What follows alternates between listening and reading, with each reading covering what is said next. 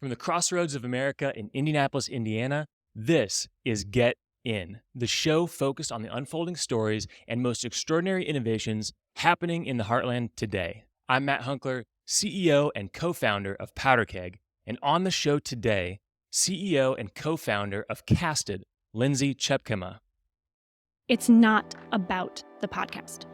It's not about the podcast. It's about everything it can do for the brand and for the business. I believe that conversations that are being had on podcasts can be the center of the entire marketing strategy. Lindsay Tjepkema is a marketing maven turned software entrepreneur. She's a first-time CEO leading a company that has raised millions of dollars and serves well-known software brands like HubSpot, Salesforce, PayPal, and Gong. Her company Casted is based in Indianapolis and is the first amplified marketing platform and podcasting solution for B2B marketers. Lindsay is a leader, a speaker, a marketer, a podcaster, a learner, and a founder. She's also a mom to 3 young boys, including twins, which means she can really do anything.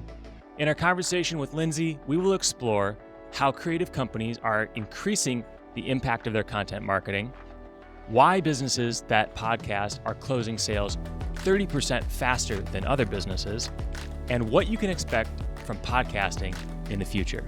All that is coming up on this episode of Get In. Hey, thanks for having me. Yeah, we're really excited. Obviously, we love working with Casted. Casted is what hosts our podcast here, but I figured we could get a little bit of the story behind the software, behind the founder. And I'd like to start just by taking it back where you grew up. And that wasn't in Indiana, was it? It was not, no. Tell me about it. Lansing, Michigan. So you have to be careful not to say Lansing, Michigan with my nasal Michigan accent. But yeah, Lansing, Michigan. Kind of like Louisville and Louisville. You can't say Louisville. That's Louisville. Can we get the mitten for the camera? Oh, yeah. Yeah. Where on the mitten is Lansing, Michigan? Well, you have to do both peninsulas. Uh-huh. And I was like here, right in the middle. Oh, right in the middle. Right in the middle of the palm. I have not been to Lansing, Michigan. What's it like there? You're missing out. What's it known for? Thinks that I grew up like on a lake. I did not. I'm sorry. Not even close. But Lansing is, it's the capital, so there's a lot of government things. I was a GM town, and I think my family was the only family that did not have anybody that worked for the state of Michigan or for GM. Oh, wow. Parents do. My mom was a teacher, and my dad drove kind of local delivery truck type situations. And yeah, we grew up right by Michigan State, so we bleed green in my house. I remember I woke up to vinyl of the Michigan State fight song. Amazing.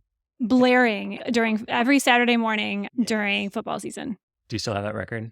My dad does. That's amazing. And actually, we on my Instagrams. See, we're going social already. Yeah. I was home at my parents' house a couple months ago, and I reminded my dad of that, and he fished it out and played it, much to my mom's chagrin. And it did not stop there. It went for like 2 hours, and it was like. Do you use that as your walk-up song now? Every time you go speak somewhere, I that's should. your walk-up song. I should, because I didn't go there. And funny, nobody in my family went there, but we're all kind of insane. So yeah, that's where I grew up. What do you think, Lansing, Michigan, your family, kind of how you grew up with a teacher and delivery driver? How do you think that kind of impacted you and just overall your career arc? Man, that's a big question. I know. Well, my husband and I both grew up in Lansing. We actually went to high school together. High school sweethearts. That's true. Wow. What was your meet cute? This is funny, actually. So he was 2 years ahead of me. And so I was this freshman. We did not start dating then. It was much later. But how I met him was we were both in the Sound of Music fall musical. And I was a freshman, he was a junior. And the first time I ever saw him, he was wearing lederhosen because he was Friedrich in the Sound of Music. Classic. That's amazing. Yeah. Yes. What were you wearing? Normal clothes. I was Normal I clothes. was He was an wearing extra. lederhosen. That's great. Yeah, I was Can he a still- party attendee. Can he so- still fit in his lederhosen? Absolutely not. He was like 6 inches shorter then. So, but yeah, Do we get a sample of Sound of Music from absolutely you? not. All right. We'll try again at the end of the podcast episode. Yeah, but I think to answer your question, Yeah. we talk about that a lot. Like Michigan is very, specifically Lansing is very blue collar. We grew up extremely middle class in a great way. I went to an extremely diverse, racially, ethnically, socioeconomically school and district. My mom was a teacher, and it was, I don't know, that was my normal. And hard work, that Midwestern work ethic is real, very, very real. And, very not material, very go out and get what you want. That was just a given. And I'm the first person in my family really to be in business. So I think very grounded, but at the same time, there's been a lot of figuring it out as I go because I didn't have like a parent that was a CEO or. So did your parents talk about, so you say it was just expected, right? So was it ever outwardly spoken that you're expected to go to college and they try to say, well, you should go be a doctor. You should go be an attorney. Like, did they ever like kind of push various occupations, or was it just, hey, after high school, you're expected to go to college, you figure it out where you're going to go, how you're going to go, what you're going to major in, or did they kind of push different types of careers? It was definitely expected that I was going to go to college, which I loved school. Like I was a big nerd. I loved school. So that was a given to me too. You think that you got that from your mom? Possibly. My sister was not as big of a fan of so I don't know. But so I knew I was going to go to school, to go to college. It was also very like, but don't get too big for your britches and think that you're going to go to like, I really want to go to Northwestern. Harvard. Yeah, that was like, on what planet are you going to go to some, expensive school? So I was like, go get your scholarships, go to a state school and get it done. And I'm really creative. I mentioned before we started recording, I wanted to do music and theater and design and become a graphic designer. And I was kind of nudged away from that, where it was like, maybe you do something that's a little bit more like likely to have a paycheck. And so naturally marketing is very creative. I mean, the way that was kind of pitched to me was like, creativity and people, and it can go so many different directions. So that's how I ended up here. So yeah, I think I wasn't nudged into any specific career, but it was like, go do something. Go do something. Yeah, go do something. Was entrepreneurship part of your life growing up? Absolutely. No, I think this was, my parents, I still don't think fully, no idea. My dad's never had an email address. So seriously. He is a smart man. Yeah. I've been thinking about doing a moratorium on email. Yeah. I like that.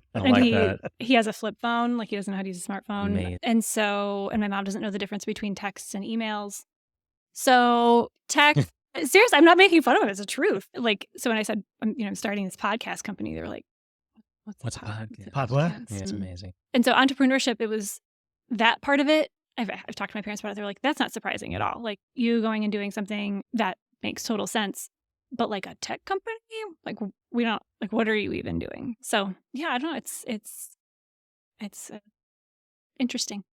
What are some of the things that you learned in the performing arts that you still apply today as a CEO, as a leader in your community and on your team? Thinking on your feet. Storytelling is the foundation of everything. I think quite often people think that storytelling, the relationships between the air quotes characters, people on your team, the vibe that you give, the brand that you portray is often seen as, I'm starting to see this term, but has often been seen as something soft. Like you have the business and then then you have like the brand, but like the brand is the business. Yeah. Storytelling is the business. Yep. What we're doing right now is it. That's the foundation. And when you become confident in telling a story, in creating a story, in portraying a story, confidence even just being on a stage and like doing things like this and knowing that people are pulling for you, people want to see you succeed, whether you're on a stage playing a character or on the news, talking about your company. I think that's real. It's a lot more important than people think. It's at least every bit as important as a spreadsheet or any other function of a business. Was there anything that you learned from like an early mentor on how to tell a good story or how to build that confidence when you're, quote unquote on stage, and in high school it was literally a physical stage, but now it's more a digital stage. I'm sure there's lots of things, but the first thing that came to my mind was I had a choir director I was a big choir nerd. And she was the first person and she drilled it into all of our heads, like stage presence. What grade is this? Starting in 7th grade and then all the way through high school. And she was really big on stage presence. So and she always said, and she was really hard on us. And so not always a good experience, but but she was like, your performance begins the second you walk on stage, not the moment you start singing, not like any other part, like the second anyone can see you. And it goes until the moment they can't see you anymore. And that, I guess, that now that you ask me, I guess that stuck with me because it's like, every moment matters. It's not just during the board meeting. It's not just during the pitch. It's not just during the sales call. Like, it's literally every single moment. And that's absolutely true with storytelling. And storytelling is not just stories and what you say in a podcast. I mean, it's board meetings, it's investor calls. It's everything. It's how you show up to your customers. It's how you show up with your team. It's everything. Couldn't agree more. Yeah, I love that. I think it's interesting that you pick a story, you pick a mentor, someone who had an impact that was hard on you, right? I love that.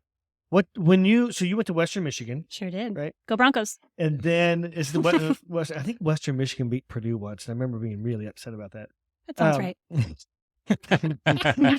Action. You probably knocked us out in the NCAA tournament like in round 2. So you go to Western Michigan, and then are there, and then we'll kind of back up. I'm curious if there's like 1, 2, 3, 4 steps that are like direct linkages to you starting Casted. And then I want to kind of work backwards and kind of find out what happened at those steps that like were catalysts for you to go, oh, maybe I want to take this turn. I want to step through this door next. And that door led to the next door. Okay. Yep. Let's do that. Where'd you start your career? First job I had, real job I had. Yeah, right. I started as an intern my junior year of college at an organization called Southwest Michigan First, which also came up before we started recording. It's an economic development corporation in Southwest Michigan, in Kalamazoo, which is a real place. And I was an intern there doing marketing communications stuff. And as internships often do, that turned into stay and, why don't you do, for instance, turn into part-time. And my senior year of college, I was doing like 2 or 3 days a week there and 2 or 3 days a week of school. And then when I graduated, it turned into a real job. And I left there with the title Associate Vice President and Director of Communication. So I had, again, a mentor that was really hard on. How so? So when I was graduating, I was engaged because, again, had met my husband and I had been together 1,000 years at that point.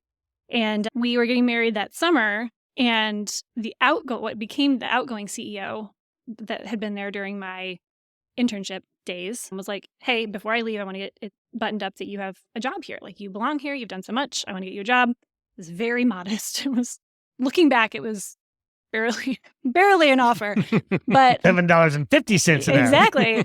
But it was a job, and he wanted to, and I love that that was important to him. His name's Barry Broom. He was wonderful. And great alliteration. So he left, and then the new CEO came in, and he came in a week before my wedding. So he started like July or 2 weeks. My July 16th was when I got married, and he came in like 1st of July or something. And he didn't like that he inherited this, 21, 22-year-old person that was running literally all of marketing and decided to test me. And so he was like, before I get there, so this was like June, he's like, before I get there, I want a new website. Oh, gosh. And I was Oh, like, boy. so not knowing any better, I was like, okay. And I did it. And I launched it in the couple of days between my wedding and my honeymoon. Oh my gosh. Like, I just, by myself, like we had 8 people on the team, the whole team. So like the entire company. And so I was all of marketing and I didn't know any better. What platform did you use? Oh my gosh. It was like Drupal or something. It's probably something like Drupal or Joomla. It was, I actually used Dreamweaver to like make it. That's how I built my first website. Yep. Macromedia. Exactly. This is all over my head. And so I just did the thing and, went on my honeymoon and then came back and was like, I have a job, right? And he was like, well, and just kept like raising the bar. And he's like, we need new brand standards. And I was like, okay. And I just like made a new brand design. And I just kept meeting the bar and exceeding because I just didn't know any better. I didn't know that this was like borderline, like Insanity. not okay. Yeah. And at one point he was like, okay, wow. All right, let's do this. And he gave me a really big raise and was like, let's do this. Like, I don't care that you're 22. I don't care that you're green. Like, we'll make sure it doesn't stay that way. And he brought me in like on all of these big things. We had these big, huge media tours and it was me and him. And I was I was at Bloomberg with him. I was at Wall Street Journal with him.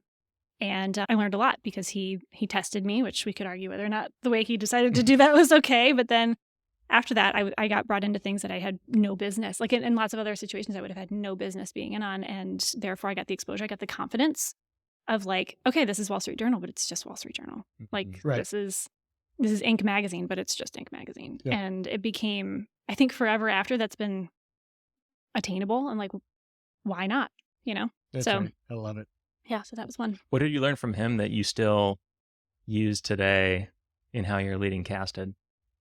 Oh man, I think it's both. I mean, a lot of what to do and what not to do, like you take from everybody. Sure. He was a very early is on time is late, and late is unacceptable person. And so I find that I carry that with me, but it's also like, okay, not everybody's that way. It's okay. It's all right. Exactly. Lindsay, I kind of like, as you talked about these, launching a new website, talked about brand standards, it's kind of like, and I just did it.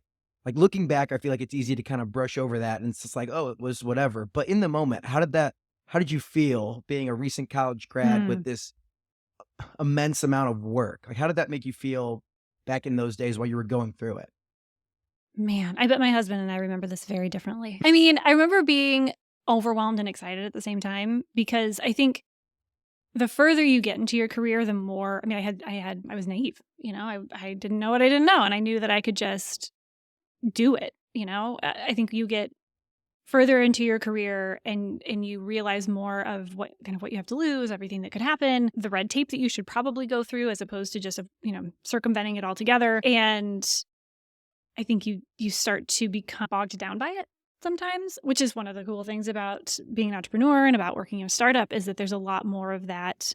Let's just do it. Let's just, you know, I'm just going to do it, or you should just do it. Whereas a large corporation, you don't That'd have be that. a good slogan. Just do Just it. do Yeah, it. that's a great Only someone idea. would have thought about it. Speaking of brand standards, It's a good one. Write that down. Yeah. Tope's always coming up with great ideas on this podcast. I think that's a good mindset to have, right? Because Yeah. a lot of times you said weren't compensated super well. It's your first job. You're getting all these opportunities, and people get caught up in well, I'm doing the work of someone who's a senior vice president or a director. Or I'm doing all this work, but I'm paid like I'm just out of college. And I think that the way you didn't get caught up in that, and it's just like, hey, put your head down, get this work done, and like saw that as an opportunity is special. I was literally, while you're saying that, I was thinking the word opportunity. Like we talked about Lansing, Michigan. There it is, Lansing. We talked about, you know, steps along the way. And I honestly, looking back, I didn't know any better. Like I just knew, without knowing it in so many words, like this is an opportunity. Like this is not a test. And yeah, it's crap. And maybe I probably complained about it, and I felt like I was working a lot. And I was working around the clock, but like, this is an opportunity. If I do this, I'm going to, you know, win this guy over. And I did.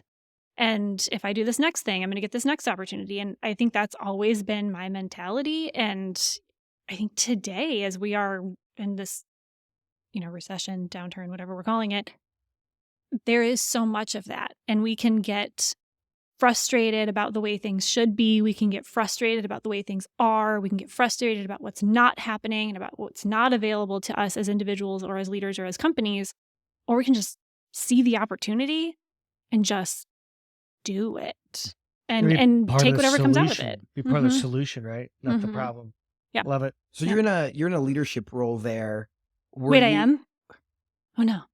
Oh, you don't mean now? Okay. No, That was a well, little bit weird. no, Okay. but because you left as like an associate vice president Yeah. when you left there. Mhm. Were you managing people at that point? Did you have a team? I had one person who was like a year younger than me, who she and I both felt really weird about her reporting to me. So kind of not really. Well, can you talk about that for like being young and in a leadership position, and how do you be a good leader, but also like, you know, like own up to the fact that, hey, I am only a year older than you and I don't have that much more professional experience, but I was selected to be the leader. And how did you manage that relationship? I mean, there was that situation. I don't know that we did there, but other situations since then, I think just trying to be authentic and trying to be like, what I'm doing. This is weird. You know, this is a weird thing. How can I serve you? How can I help you? How do you want to divvy up responsibilities? What can I do to like break down barriers? Still today. I mean, like that's how I do it with my team now. It's like, you know, nobody has been on day whatever we are of Casted before. Yeah. This is the first We're for all all making of it us. up as we go. So, you know, how do we want to do this? How can I break down walls? How can I best support you and help you get done what you need to do and make you feel supported? And don't know if that's right, but that's worked so far. How'd you end up in Chicago, Lindsay? We wanted to be there. Yeah? Yeah. What was it about Chicago that kind of drew you in? I have always wanted to live in Chicago. Mm. I remember I went there, I don't know, when I was 10 or 11 or something. And the entire time I was there, I was like, I'm going to move here someday. This is my home. That's awesome. Yeah. Wow. And, yeah, I love Chicago. I am the biggest anti-Chicago guy, unfortunately. Well, do you like New York? I mean, I'm from a town of 1,200 people in rural northern Indiana. I'm just like, well, I have this theory that like if you like one or the other, like you either like New York or Chicago because they're so different. Yeah. I don't really like. Nate's a region rat. no, I wouldn't go that far. I would like Chicago if I was from the region. I like New York to go see a Broadway show or maybe do a little grocery shopping, but I feel like I suffocate if I stay longer. It's like Vegas. Mm-hmm. It's like it's good for a couple nights. Yep. It's too much. That's how I am. I love that Chicago. You literally can walk from like one end to the other. Like you can get your arms around it. Yeah. I don't know. I've loved it forever. Yeah. So I always get ticked off as soon as I get a drive up there, and it's like, oh, now I gotta find parking. It's like, I'm angry from the second I get out of my car when I finally find a spot, and then I get back in my car and there's traffic trying to get out of there, and it's just like it's a journey. Bookends It's just a of just journey. like a bad experience. But the middle time is fun. So you made it to Chicago, the promised land, Oh man. from Lansing. Mm-hmm. You made the pilgrimage to Chicago. Oh yeah. How did you end up in Indiana? So we lived in Chicago for 7 years, something like that. And we were in Chicago when we were, young, married, no kids. And then we had a kiddo, and then we had more. And when we thought one was on the way, it turned out to be two were on the way. Oh, wow. Yeah. We're like, well, this is no longer sustainable because we're just not going anywhere or doing anything and very expensive. And so we looked to try to get back to Michigan to family. And I was working remotely and my husband was working in sales and asked about Michigan territory. And they're like, not Michigan, but how about Indiana? And here we are. We didn't know anyone. We didn't have any family or friends. Or I remember we found a realtor online and she was my friend, whether she liked it or not. That's amazing. Yes. She unloaded me a little. She was like, you're a little clingy. I meet some people. But that's how we ended up here.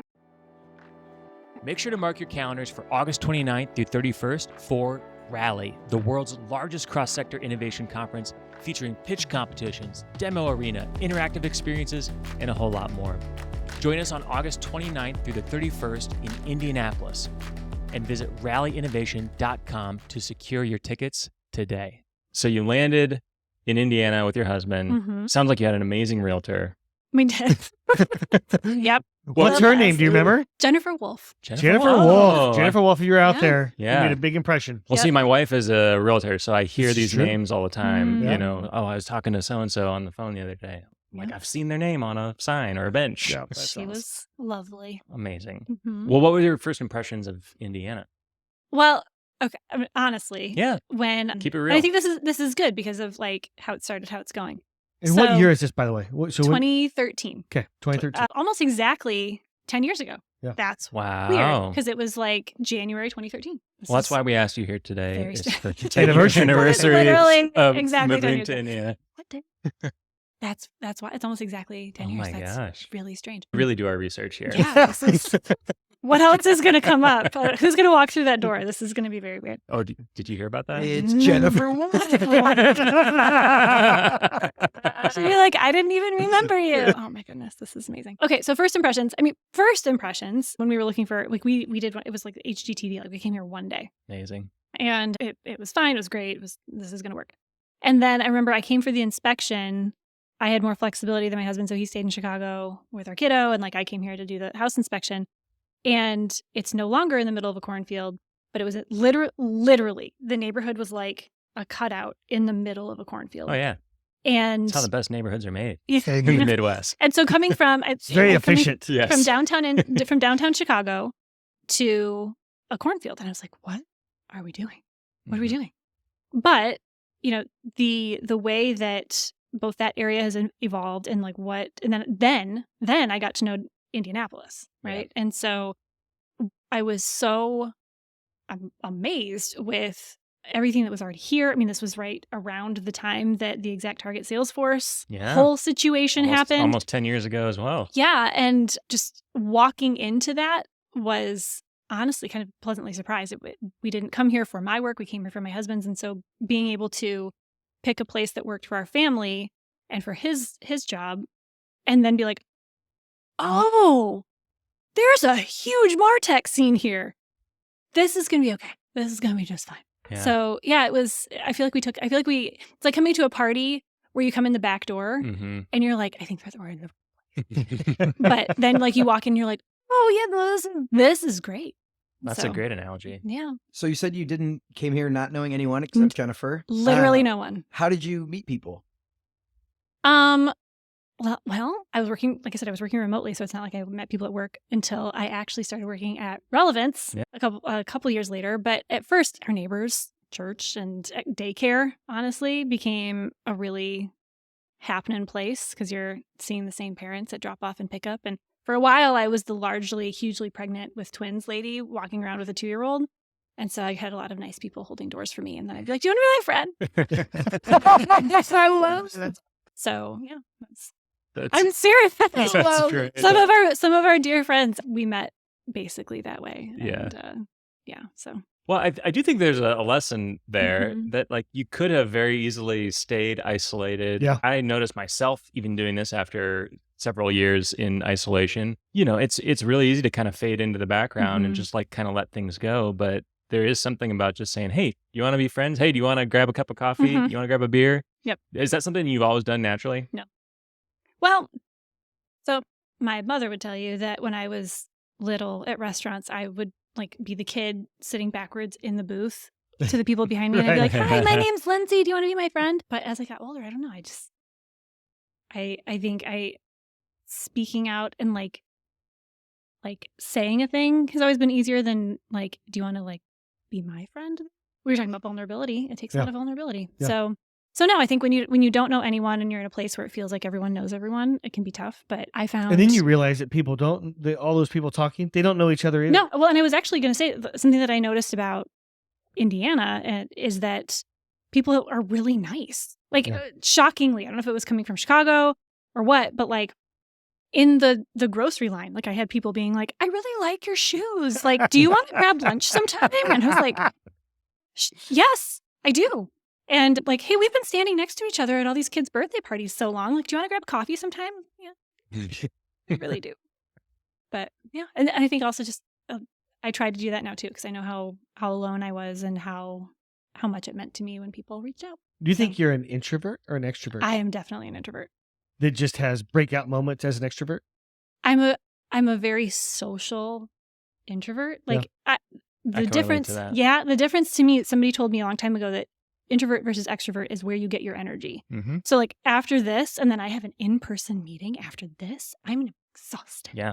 Like I'm going to go home and I'm going to put on my sweats and I'm going to like snuggle up with my kids and like for a minute. Yeah. You know, and I love this. Like this is so great, but it's going to drain me. Whereas an extrovert would be like, no, I'm going to be ready to go out to dinner and then I'm going to be 3 more of these. Yeah. Yeah. That's exactly where my head is at currently. Yeah. Oh my gosh. Yeah, I don't Nate loves this understand stuff. you. I can run these back to back to back. Nate's to a back. generator. Yeah. Yeah, I love it. Hmm. Well, clearly what you did and getting to know yourself and how you are someone who recharges outside of the microphones being on, outside of the in-person has really worked for you because it led you to the journey that you're on now at Casted. Can you tell us a little bit about how that came to be? Like how Casted started? Yeah, that's over 3 years ago now, right? Yeah, almost 4. Oh my God. Wow, time Yeah. flies. Can we actually, before we go to the Casted Sure. conception, because I'm excited about that, but I think even from what I saw, how did you get into podcasting to start? Because I think there's a snippet between how you got into podcasting and then Yes. how you got into a podcasting company. Truth. Okay, so I was working at a company called Amarsis, and before I started there, as I mentioned, I was working at Relevance, previously Slingshot, which a lot of people here in Indy know both. And when they closed, I started working at Amarsis.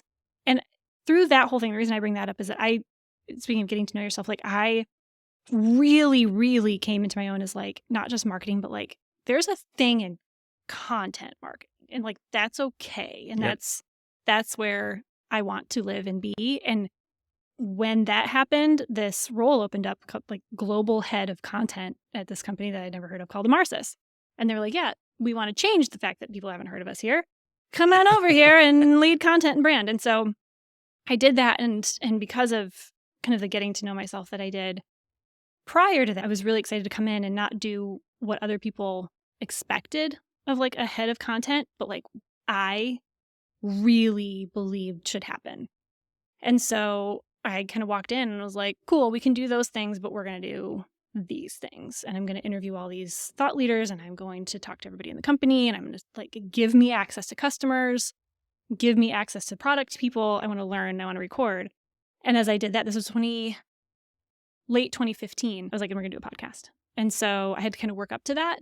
But I knew that was something that I wanted to do. And I was like, if you want me to be here, this is what I'm doing. And I had a lot of support. So it sounds like I had pushback, but I mean, a little bit of pushback because it was like, oh, podcast? Are you serious? I was like, yes, we're doing this. And so I launched that, I think early 2017, and fell in love with it personally because having conversations, and quickly saw both the possibilities and the potential in literally exactly what we're doing right now. Yeah. And also the challenges, because I was this marketer. I know you feel this, like, and I was like, okay, can't wait to see what it's going to do. Like, what's it going to generate for us? And what is the ROI? And what are the metrics? And it was like crickets, like nothing. The ROI is nothing because the metrics is nothing.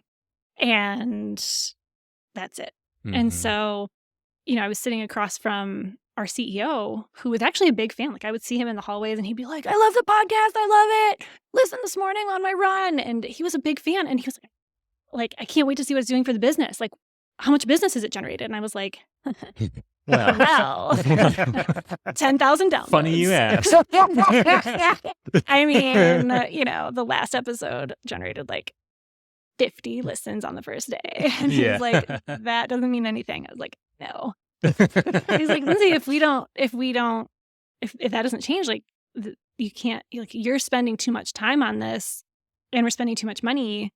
Like, this can't be a thing if it's not a thing. And I was like, give me more time and let me do some videos in London for 2 weeks too. And he was like, what? I was like, just do that.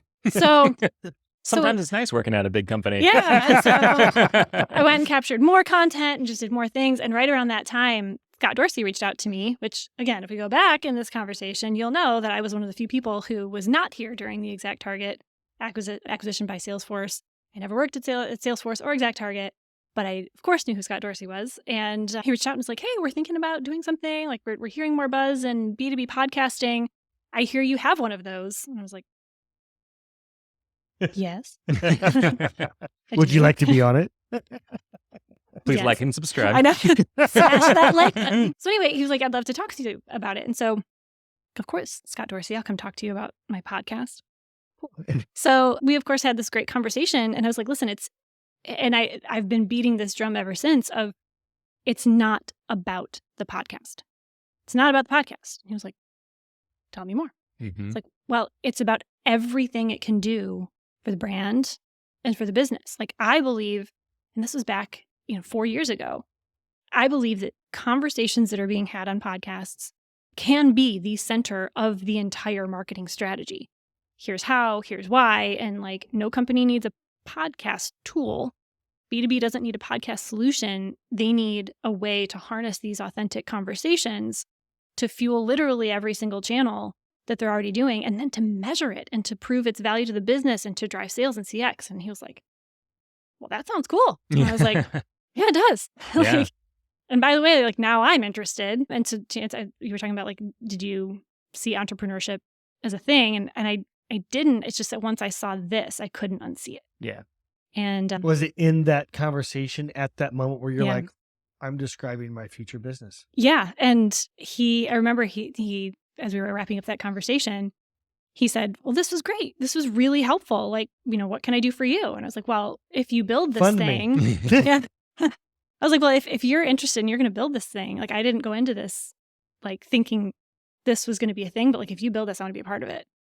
And he's like, well, that would be great. Maybe you can be one of the first customers if it's a thing. And I was like, no. I want to do this. And he was like, oh, well, let's have that conversation. And so we went and we had, Casted was born as part of the High Alpha Studio. So that's how that started. What do you think the biggest lesson was that you learned in that first year of being a Gosh. CEO, startup CEO? Oh man, that it was 100% about being comfortable with being uncomfortable. It still is. And the second you learn anything, it'll change, right? I mean, right? Yep. And I think that's still the case. And yeah, it's truly being comfortable with that because it's constantly unknown and constantly this apparent my first year, but it's much more obvious to me now. It's this constant push-pull with having to do things you're not good at and also still desperately trying to find the time to do the things you are good at because your business needs both. Your business needs you to do both, which is really hard.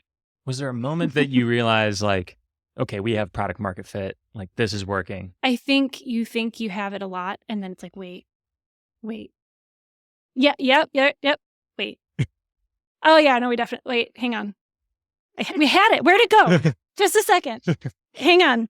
Yep, there it is. I found it, guys. Don't worry, I found it. Found product market fit. Yeah, and I think Last 3 years, the market's shifted just a little bit. you here and know, there. just a couple things. I think for us, and for me, it's always about the customer. I mean, we have been just so, lucky, I guess, but fortunate enough to work with some incredible brands. And to me, it's all about what they're saying and how they're using the product and how they're fueling us to fuel them. And I think that's where it's this constant cycle to me of, yeah, we have it. Okay, we need to continue to keep trying to have it. Yeah. So. What are you most excited about now at Casted? We, here we are at the beginning of the year. Today is our first day of our fiscal year. And we have this whole, without going too much down like podcast industry lane, we have this whole vision around what a company goes through as they adopt and mature through the process of adopting podcasts. And that is really coming to fruition this year about not only what it is, but about how it works and about how Casted is uniquely positioned to drive that. And so in many ways, this vision that I and we have had for the last 4 years is like, it's kicking in and it's becoming real and it's exciting. That's really interesting. So you're drawing a direct parallel or analogy between, in essence, you start a company, you have different needs on day 1, day 2, 3, 4, 5, right? Mm-hmm. And so you're drawing that direct connection between a podcast, which totally makes sense, right? Because your needs when you first start doing recordings, that changes rapidly. As you start to deploy those, you learn, you make mistakes, right? Yeah, for sure. I mean, again, without going too far down like podcast lane, you start with an idea, much like with the company, and then you turn it into a thing. It's something tangible, again, much like with the company. And then that's stages 1 and 2. And stage 3, it's all about, okay, I have this show, I need to grow an audience. And that's where a lot of people and brands stop. They're like, it's all about growing the audience. It's growing the audience. But to us, especially for brands, there's 2 more stages. It's this flipping that happens of, it's not about using all of your channels to grow the show. It's about using your show to grow all the channels. And you can't do that until you reach this certain level of maturity. And once you do, though, you are just head and shoulders above anybody else that could possibly try to be your competition. And I'm really excited about that this year. Yeah. So, Can you give some advice, right, to all the listeners out there that might be a director of marketing that has a podcast that might be in that 50 listens a week? What can they say to like paint that picture to their CEO who's like, why are we putting resources into this thing that gets 50 listens that doesn't have an audience? How do they paint that picture and tell that story? Yeah, you've got to know who, it's funny that they rhyme, but you've got to know your audience before you can grow your audience. And you can keep throwing things out there to try to say, yeah, but we're reaching more people. But we as marketers know that that's for what? Who? What are they going to do? Right? Like, why are you doing this? Who's it for and why are you doing it? And so the more you can understand who, not just how many, but who are you reaching? Are you reaching them with the right things? How do you know that? And then and only then, once you start to understand that, then you can start to say, okay, how can I, again, use the show that I'm creating to drive other channels? And then how can I start to fuel sales with it? So before you can start to jump the line and say, okay, I'm only reaching 50 people a week and I need to start generating revenue. It's like, nope, one step at a time. And if you're there and you're doing a show consistently, start to ask yourself, like, what can I do to better understand who is consuming my content? And Casted's not the only way, but there's the best way. It's probably the best way. Absolutely. To do that. Nate, Let's go. let's go All with the right. lightning round. Ready for the lightning round? Thank you so much for the additional Of 2 minutes. course. So I'm going to start off with a few from. If I don't like these questions, I'm going to pull a toe, and I'm just going to leave. Yes, that's perfect. Perfect. Absolutely. Perfect. So, background in performing arts. What was your favorite role? Oh, ugly stepsister in Cinderella. Oh, that's a good one. Super fun. Okay. What was the first podcast you listened to? I listened to Coffee with CMO with Dave Gerhardt and Dave Cancel. Nice. Good. Okay. What's your favorite podcast? A Little Bit of Optimism with Simon Sinek. Oh, another great one. All right. So outside of the amazing entrepreneurs, what is Indiana known for? Oh, goodness. Is this like my opinion or are you testing me? No, I'm it's like, your- I don't know. Your opinion. I'm going to sound like such a tech founder, but the talent. I mean, the people here, there's such a concentration of people that get it with startups and specifically MarTech. All right. Yeah. Perfect. What is a hidden gem in Indiana?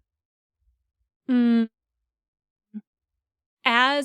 don't know about a place, but as a basically vegan person, there's a lot of really good vegan or close to vegan food here, which was surprising, and it keeps getting better. Like a pork tenderloin sandwich? Exactly. That's exactly what I was thinking. Yeah. The official sandwich of Indiana, as voted into law this year. Yeah, and Yum. I think the friendly in Zionsville has the best tenderloin in the entire state. I might disagree, but we can talk about that off. There's some good seitan tenderloin sandwiches. And Lindsay's like, you stop talking about this, I'm gonna vomit. All right, eggplant sandwiches. Tasty. Yes. Our final question of the lightning round. Who is someone that we need to keep on our radar? Someone who's doing big things. Oh, gosh. I mean, other than casted? Person, an individual person. Oh, man. There's so many people. I'm just going to go with the first person that came. Can I say two people? Two people. Okay. We'll allow it. Okay. Melanie Allen at Green Loop Marketing.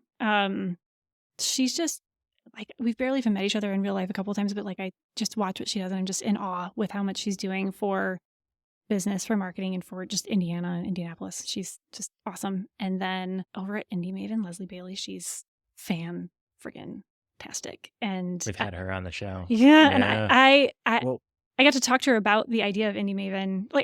She just shared it with me before she started it. And it's just so cool to I had nothing to do with it. That's not me claiming anything. I had nothing to do with it. she told me about it, and then just being able to sit on the sidelines and watch it all come to fruition for her. She's just badass. She's great. Totally agree. I'm throwing in a bonus question here. Favorite podcasters in Indiana or favorite podcasts that hail from Indiana? Other than this one, of course. Obviously. Well, Front Page or Bust is a good one over Demand with Jump, Demand Jump. yeah. Yep. And this one, obviously. Lev has a great podcast. Bolster is, I think, coming up with something. I'm probably spilling the beans there. Let's see. This is the place to do that. What else can you spill those the beans. And, Come on. Lev has a great one. Stephanie Cox has a really cool one with Lumavate. She's done a few different things over the years. Fabian Rodriguez, everything that he is working on, drink culture you can still listen to it, and all the things that he's working on with IBJ and others. I mean, there's so many. There's a lot here. A lot of the businesses and a lot of people have great shows. I listened to your show with Tiffany on her, and that was yes. That was Scared Confident is Confident. Yeah, I mean, shout out to Share Your Genius, which is another one of our partners. They're here and they produce a lot of shows here too. Like Innovate Map has a show and FormSec has a show, and we could talk. You could do an entire show about Indianapolis podcasts. Well, You sounds probably like we've should do got our that. next Yeah. episode. That's a hell of an idea. We'll have to have you back. Okay. All right, cool. Let's do it. Lindsay, thank you so much for being on the show. Thanks for letting me come babble at you for a while. This is great. Way to crush it, Lindsay. This has been Get In, a Powderkeg production in partnership with Elevate Ventures. And we want to hear from you. If you have suggestions for a guest or segment, reach out to Matt or Nate on LinkedIn or on email. To discover top-tier tech companies outside of Silicon Valley in hubs like Indiana, check out our newsletter at powderkeg.com/newsletter. And to apply for membership to the Powderkeg executive community, check out powderkeg.com/premium. We'll catch you next time and next week as we continue to help the world get in. Since you just listened to this podcast, you might be thinking about starting one for your company. Lucky for you, our partners over at Casted have you covered. Casted is the first and only podcast and video marketing platform made specifically for B2B brands. I love this about them. The platform makes it possible to publish, syndicate, amplify, and measure the value of your podcast and video content. In fact, we use it for our podcast here at Powderkeg. And if you're a startup, you should listen up because Casted for Startups is definitely for you. They are offering exclusive deep discounts of up to 82% off retail price for qualifying startups. Connect with Casted at casted.us/powderkeg.